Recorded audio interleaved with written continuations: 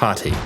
Its natural beauty inspires wonder, but beneath its veneer is an empire divided. Away from the squabbles of the Egyptians and the chaos of the Canaanites, the Hittites have their own trials and tribulations to pass through, as they also try to survive the collapse of the Bronze Age and invaders from foreign lands. Whether you choose to command the Great King or take on the role of the Stag God Reborn, will you bring glory to Hati in their darkest hour? Before we begin, a quick note. If the colors on the UI look different, that's because I'm using the deuteronomic colorblind settings. Right, with the groundwork laid down, let's look at the Hittite factions. The leaders of the Hittites you'll take command of in Total War PHARAOH have similar goals, but very different paths and mindsets. In the capital, Hititas, Shuppiluliuma stands as Great King over a crumbling court. Surrounded by foes who would take any chance to destroy him, the Great King holds the pieces of the Hittite Empire together, and will defend it to the last, to ensure his people's safety and his empire's glory. Meanwhile, in Tarhuntassa, the hunt begins. Kurunta, a leader who shares the name with the Stag God, sees himself as their new avatar and has started his cruel reign. Tracking those he considers his rivals, he intends to grow in power, take the Hittite Empire for his own, and inflict misery upon those who would dare stand against him. The leaders of the Hittite factions embody the exact opposites in one another when it comes to both their ethics and their playstyles. Shuppiluliuma's goal is to rebuild and defend the honor of the Hittite kingdom. As such, he is a very defensive character, which is embodied both in terms of how he plays on the campaign map and with his armies, which we'll cover later in the video. These principles are also covered in the titles he can gain, and in his starting worship to the Hittite god, Arina.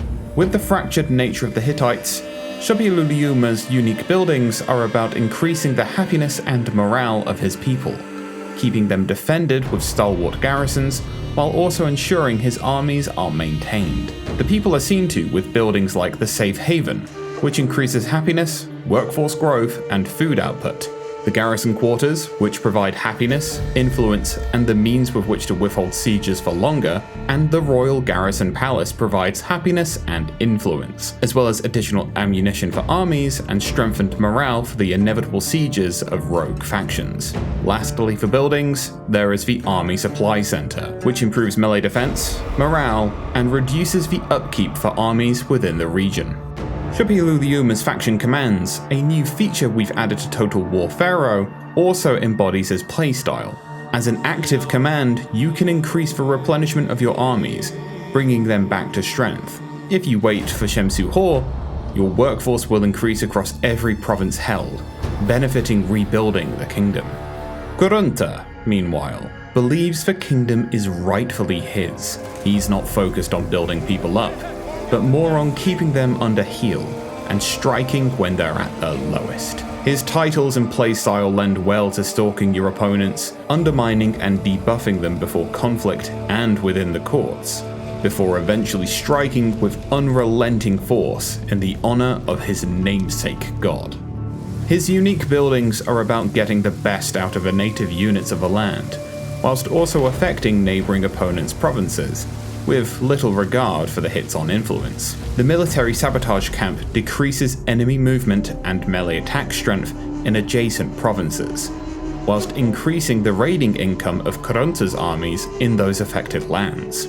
The mercenary hunting village bring experience to armies and food to the masses in provinces they're built in, as well as reducing upkeep at the cost of influence, as these are strangers making homes in these lands.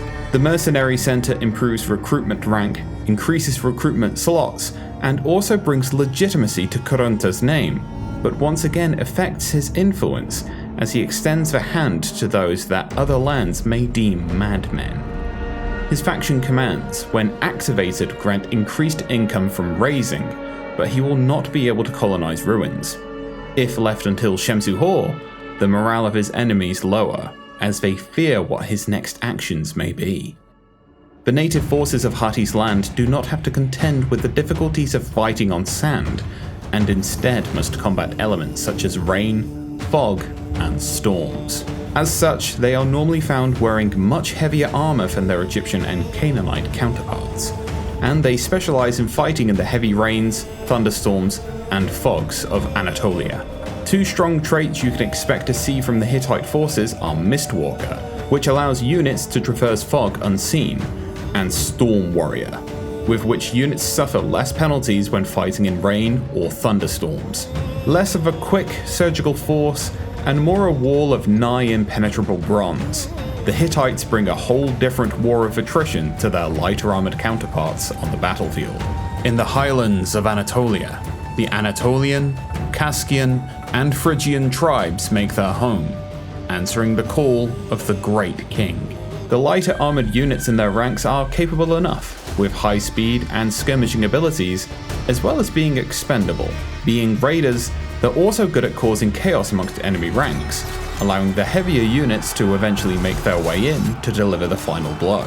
Armored units, such as armored Anatolian spears, are also very capable defensive units, ensuring the line is never broken. In the Anatolian lowlands, Anatolian troops mix with the forces from the Isua tribes. Sharing some units with their highland Anatolian brothers, the Isuan and Luwian forces bring lighter and medium armored forces into the fray.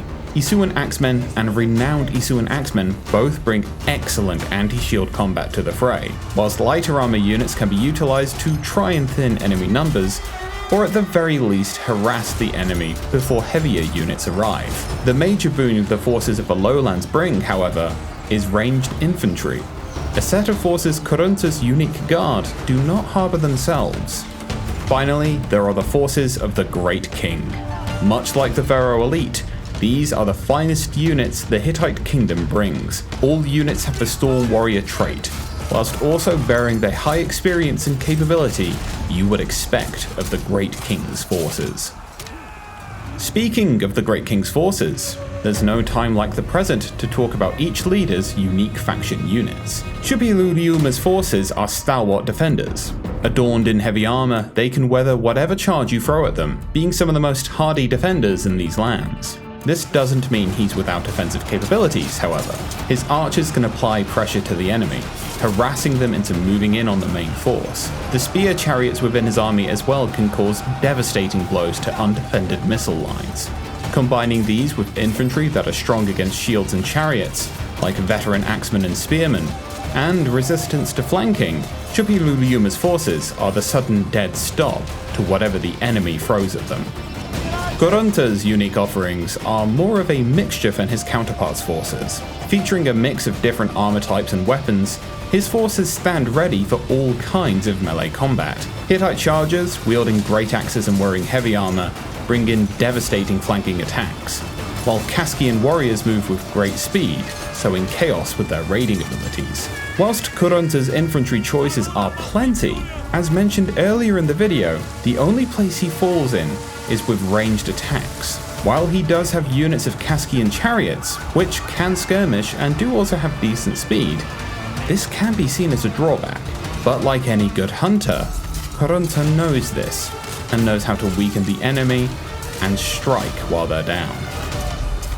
These are the Hittite leaders, and their forces you'll be commanding in Total War Pharaoh. From the Great King who'll do everything in his power to rebuild his home, to the usurping hunter who'll take back the throne he believes is his, and he'll ensure everyone will bow. Their civil war has divided their lands, but who will rise up to the challenge, take the throne, and protect their empire from the enemies beyond their borders? Whether you rule with benevolence or fear, are you the Great King who'll weather the storm?